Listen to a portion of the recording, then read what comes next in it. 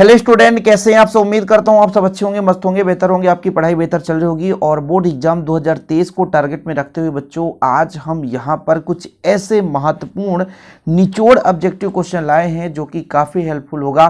चाहे आप किसी भी बोर्ड से हो बच्चों, आपके लिए काफ़ी हेल्पफुल होने वाला है। वीडियो को लास्ट तक देखिएगा, सभी प्रश्नों को आप लोगों को तैयार कर लेना है। जो इस साल मैंने करा दिया वो भी क्वेश्चन ऐड है और शुरू से अंत तक के लगभग 30-35 क्वेश्चन आपको आज कराने वाला हूं। चलिए फटाफट शुरू करते हैं बच्चों। पहला ऑब्जेक्टिव क्वेश्चन है, ब्रूस्टर का नियम क्या है। म्यू बराबर 10 IP। देखो कौन सा भाई साहब, ऑप्शन नंबर कौन सा सही है। साइन IP, 10 IP, बताओ कास IP, कॉट IP। तो ऑप्शन नंबर बी म्यू बराबर 10 IP। सेकेंड क्वेश्चन बच्चों, पतले प्रिज्म द्वारा न्यूनतम विचलन कोण का मान कितना होता है, बताओ फटाफट। तो म्यू -1 इंटू ए होता है, ऑप्शन नंबर सी। बिल्कुल आप लोग फटाफट देखते चलो, समय ज्यादा मैं नहीं लूंगा। 35 क्वेश्चन 10 मिनट में आपको करना है। निम्नलिखित में से किसकी महत्तम भेदन क्षमता सबसे ज्यादा होती है। एक्स किरण, कैथोड किरण, अल्फा किरण, गामा किरण। तो ऑप्शन नंबर डी गामा किरण बच्चों। अगला क्वेश्चन देखो, किसी गोली पृष्ठ के अंदर यदि प्लस क्यू आवेश रख दिया जाए तो संपूर्ण पृष्ठ से निकलने वाला वैद्युत फ्लक्स होगा। ये तो भैया हमारा गास थ्योरम है, Q upon epsilon naught. Option number B is the correct answer. आवेश का पृष्ठ घनत्व का मात्रा क्या है भाई। एकांक क्षेत्रफल पर उपस्थित आवेश की मात्रा, समझ रहे हैं, तो आवेश का पृष्ठ घनत्व कहलाता है। तो एकांक क्षेत्रफल मतलब क्षेत्रफल का मीटर स्क्वायर, आवेश का कूलाम, तो कूलाम प्रति मीटर स्क्वायर। कौन सा सही हो जाएगा बच्चों, ऑप्शन नंबर आपका ये ए हो जाएगा। ठीक है, कूलाम प्रति मीटर स्क्वायर। इसके बाद अगला क्वेश्चन देखिए, विद्युत परिपथ की शक्ति का फार्मूला V बटा R B स्क्वायर RT निम्न में से कौन सा राइट आंसर है क्वेश्चन नंबर 6 का। तो option number C is the right answer. इसके बाद क्वेश्चन नंबर 7 देखें बच्चों, सेल का विद्युत वाहक बल मापा जाता है वोल्टमीटर, गैल्वेनोमीटर, एमीटर, विभवमापी द्वारा। कौन सा राइट आंसर है, तो विभवमापी द्वारा। अगला क्वेश्चन देखिए, आवेशित गोली चालक के अंदर विद्युत क्षेत्र कितना होगा भाई। गोली चालक के अंदर आवेश जब है ही नहीं है तो विद्युत क्षेत्र शून्य हो जाएगा। इलेक्ट्रॉन वोल्ट किसकी इकाई है, धारा की, आवेश की, विभवांतर की, ऊर्जा की, एनर्जी की। बताओ भाई, ऊर्जा की, एनर्जी मतलब शक्ति की, है ना। चलो भाई साहब अगला क्वेश्चन देखो, मतलब ऊर्जा है, ऊर्जा का इलेक्ट्रॉन वोल्ट। चुंबकीय आघूर्ण बढ़ाने से दोलन करते चुंबक का आवर्तकाल क्या होगा, बढ़ेगा, घटेगा, कुछ नहीं होगा। क्या होगा भाई साहब, तो ऑप्शन नंबर इसका बी हो जाएगा करेक्ट आंसर, बढ़ता है। अगला क्वेश्चन देखो भाई साहब, 25 वाट 220 वोल्ट, 100 वाट 220 वोल्ट के दो बल्बों में से प्रतिरोध ज्यादा होगा, जिसकी शक्ति है ना भाई साहब कम होगी, उसकी प्रतिरोध ज्यादा होगी, एक दूसरे के इन्वर्स होते हैं। तो option number A is the correct answer हो जाएगा। अगला क्वेश्चन देखेंगे, टीवी प्रसारण के लिए जिस आवृत्ति परास का उपयोग किया जाता है वो कौन सा सही है। बताओ बच्चों, टीवी प्रसारण के लिए जिस आवृत्ति परास का प्रयोग करते हैं वो कौन सा राइट आंसर है। तो ऑप्शन नंबर डी 30 से 300 मेगा हर्टेज, 30 से 300 मेगा हर्टेज। इसके बाद अगला क्वेश्चन देखते हैं फटाफट, एन टाइप का अर्धचालक प्राप्त करने के लिए जर्मेनियम में मिलाया जाता है चतुसंयोजी, त्रिसंयोजी, पंचसंयोजी। तो राइट आंसर होगा है पंचसंयोजी। पी टाइप में हम त्रिसंयोजी मिलाते हैं। ठीक, अनुपात 3:4 के दो प्रतिरोध समांतर क्रम में जुड़े हैं तो इसमें उत्पन्न ऊष्मा के परिणामों का अनुपात इसके व्युत्क्रम हो जाएगा, तो 4:3 हो जाएगा। ओके, चलिए अगला क्वेश्चन बच्चों, एक परावैद्युत समांतर पट्टिका का संधारित्र बीच में डाल देने से धारिता का मान क्या हो जाएगा, धारिता का मान, इसका मान भी क्या हो जाएगा, बढ़ेगा। राइट आंसर कौन सा हो जाएगा, ऑप्शन नंबर ए, बढ़ जाएगा बच्चों। अगला क्वेश्चन है, कहने का मतलब यहाँ पर ये है कि दो समांतर प्लेट संधारित है, उसमें और एक माध्यम रख तो डी का मान कम हो जाएगा, धारिता बढ़ेगी। विनाशी व्यतिकरण के लिए पथांतर कितना होता है, बताओ। n-1 lambda, 2n+1 lambda, 2n+1 lambda by 2 और n+1 लैम्डा बाई 2। अब ये विनाशी व्यतिकरण जब पढ़ाऊंगा बच्चों वहां पे मैं कराऊंगा 2n+1 लैम्डा बाई 2। आप लोग देख भी सकते हैं, पुराने लेक्चर अपलोड हैं।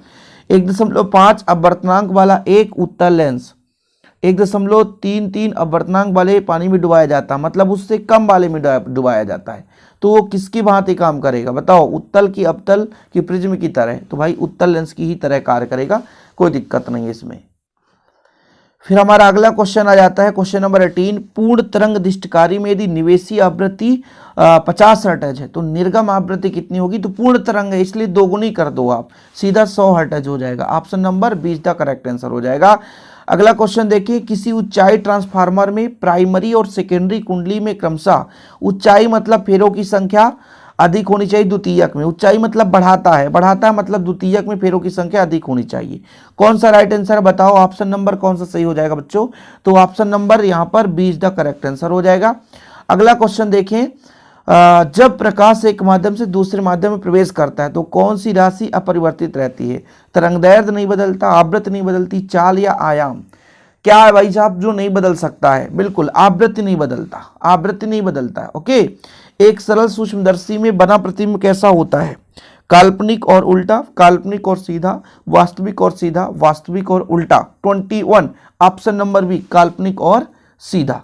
सरल सूक्ष्मदर्शी में कौन सा बच्चों? काल्पनिक और सीधा। ठीक है, चलिए अगला क्वेश्चन देखो, निकेल क्या है? अनुचुंबकीय है, लौह चुंबकीय, प्रतिचुंबकीय या इनमें से कोई नहीं? बताओ भाई साहब। तो निकेल क्या है? निकिल भाई, निकिल, कोबाल्ट, आयरन ये सब लौह चुंबकीय पदार्थ है। निकिल, कोबाल्ट, आयरन ये सब लौह चुंबकीय पदार्थ हैं। फिर क्वेश्चन नंबर आपका कौन सा आ गया? 23। चुंबकीय क्षेत्र में प्रतिमान आवेशित कण पर लगने वाले चुंबकीय बल का मान कितना होता है? F बराबर QVB साइन थीटा, यही होता है ना, F बराबर QVB साइन थीटा। कौन सा राइट आंसर हो जाएगा? तो option number 20 the right answer. Okay, F बराबर QVB साइन थीटा। मूल गेट 3 होते बच्चों, AND gate, OR gate, NOT gate. बताओ 3-4 ऑप्शन में से कौन से? 3 एंड गेट, और गेट और नॉट गेट, ये मूल गेट हैं। अगला आर गेट में क्या होता है बच्चों? हमारे पास आर गेट में होता है कि 2 सिग्नल आते हैं, एक सिग्नल प्राप्त होता है। ए धन बी बराबर बाई, अर्थात ए धन बी बराबर सी इज द राइट आंसर।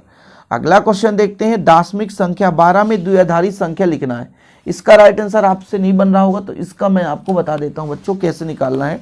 इसका द्विआधारी संख्या कैसे निकालेंगे? किसका? 12 का। तो हम 2 का भाग दे, 2 छक्का 12, शेषफल 0 आया। ठीक है, फिर 2 से, 2 3 6, फिर शेषफल 0 आया। फिर हम करते हैं 2 से, तो 2 1 कम 2 है ना, 2 आएगा, 2 1 कम 2, तो शेषफल 1 आता है बच्चों। फिर हम कर दें, यदि कहीं पे गलत तो नहीं है, फिर से देखो 2 3 6, फिर हम करेंगे 2 से भाग जाएगा, है ना, तो 2 से तो जा नहीं रहा यार ना, तो 2 1 कम 2, तो यहाँ पर कितना आएगा? 2 आएगा। ठीक है, तो इसके बाद 2 से, तो 2 1 कम 2, तो कुल मिलाकर के हमारा फिर से 1 आ गया शेषफल। तो कितना हो गया? 1 1 0 0, तो 1 1 0 0 और होल ट्वाइस। तो कौन सा राइट आंसर हो जाएगा? आपका option number A is the correct answer. इसके बाद अगला क्वेश्चन देखते हैं, जल और कांच के अपवर्तनांक क्रमशः 4/3 है और 3/2 है। तो कांच के यहाँ पर बच्चों क्या हो जाएगा? आपेक्ष अपवर्तनांक, है ना, कांच की अपेक्षा जल का अपवर्तनांक निकालना है। चलिए मैं आपको निकाल कर दिखाता हूँ। सबसे पहले तो जल का अपवर्तनांक पता है ना, जल का अपवर्तनांक पता है, मतलब म्यू डब्ल्यू बराबर 4/3 और म्यू जी ग्लास का अपवर्तनांक 3/4। बोला भाई साहब किसके सापेक्ष बोल के रखा है? कांच के सापेक्ष, यानी म्यू जी किसका अपवर्तनांक? म्यू डब्ल्यू का। तो 4/3/3/4, तो यहाँ पे 2 है ना, यहाँ पे 2 है, तो 4 दूना 8 और 3 त्रिकाई 9, 8/9। 8/9 देखो कहीं पे राइट आंसर दिख रहा है? हाँ, option number D is the correct answer, 8/9। अगला क्वेश्चन देखो भाई, जब स्रोत और पर्दे के बीच की दूरी बढ़ा दी जाती है तब फ्रिंज की चौड़ाई क्या होगी? बढ़ेगी, घटेगी, अपवर्तित रहेगी? इनमें से कोई नहीं। अच्छा, यहाँ पर एक फार्मूला बता देता हूँ। फ्रिंज चौड़ाई बीटा बराबर कितना? Lambda d/d। इसका मान बढ़ेगा तो इसका मान भी बढ़ेगा, सिंपल है। ठीक है, ये d का मान बढ़ेगा ना, बोला है स्रोत और पर्दे के बीच की दूरी, ये d है, स्रोत और पर्दे के बीच की दूरी, तो बढ़ेगी ना। तो 28 का राइट आंसर कौन सा हो जाएगा? ऑप्शन नंबर ए, बढ़ेगी बच्चों। अगला क्वेश्चन देखते हैं, प्रतिघात का मात्रक है, बताओ ओम है, फैरड है, एम्पियर है या कि मोह है? प्रतिघात मतलब एक प्रकार से प्रतिरोध ही है ना, तो इसका राइट आंसर कौन सा हो जाएगा? ओम हो जाएगा। इसके बाद धारती प्रतिघात का मात्रक क्या हो जाएगा? फैरड, ओम, मैक्सवेल, एम्पियर। बताओ 30 नंबर का भाई ओम ही होगा, कोई दिक्कत नहीं है, ये भी एक प्रकार से प्रतिरोधी है। शक्ति गुणांक का मान कितना होता है, कास फाई होता है शक्ति गुणांक, जो कि 0 से 1 के बीच में होता है, सही है ना। कास का मान कितना होता है, 0 से 1 के बीच ही होता है कि अधिक होता है, तो 0 से 1, 0 2, यहाँ पे 2 है, 0 2 1।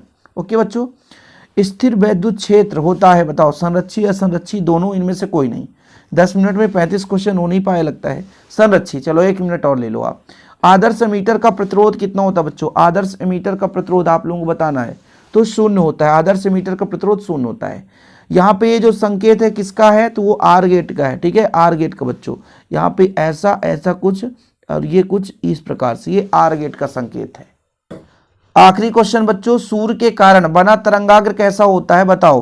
गोलाकार, बेलनाकार, समतलाकार, इनमें से कोई नहीं, तो समतलाकार है ना, समतल के आकार का। इस प्रकार से 11 मिनट में आज का लेक्चर खत्म। मैंने पहले भी 10 मिनट को आपको समय मैं बोल रहा था, 10 मिनट समय दीजिए, 10 मिनट में आपके 35 क्वेश्चन तैयार। हाँ, एक एक क्वेश्चन तैयार कर लेना, और ऐसे यदि आप और चाहते हैं कि सर वीडियो लाइए, तो मैं आपके लिए लाता रहूंगा। वीडियो पसंद आए तो लाइक करके शेयर जरूर करिएगा। मिलते हैं वीडियो के साथ। जय हिंद, वंदे मातरम।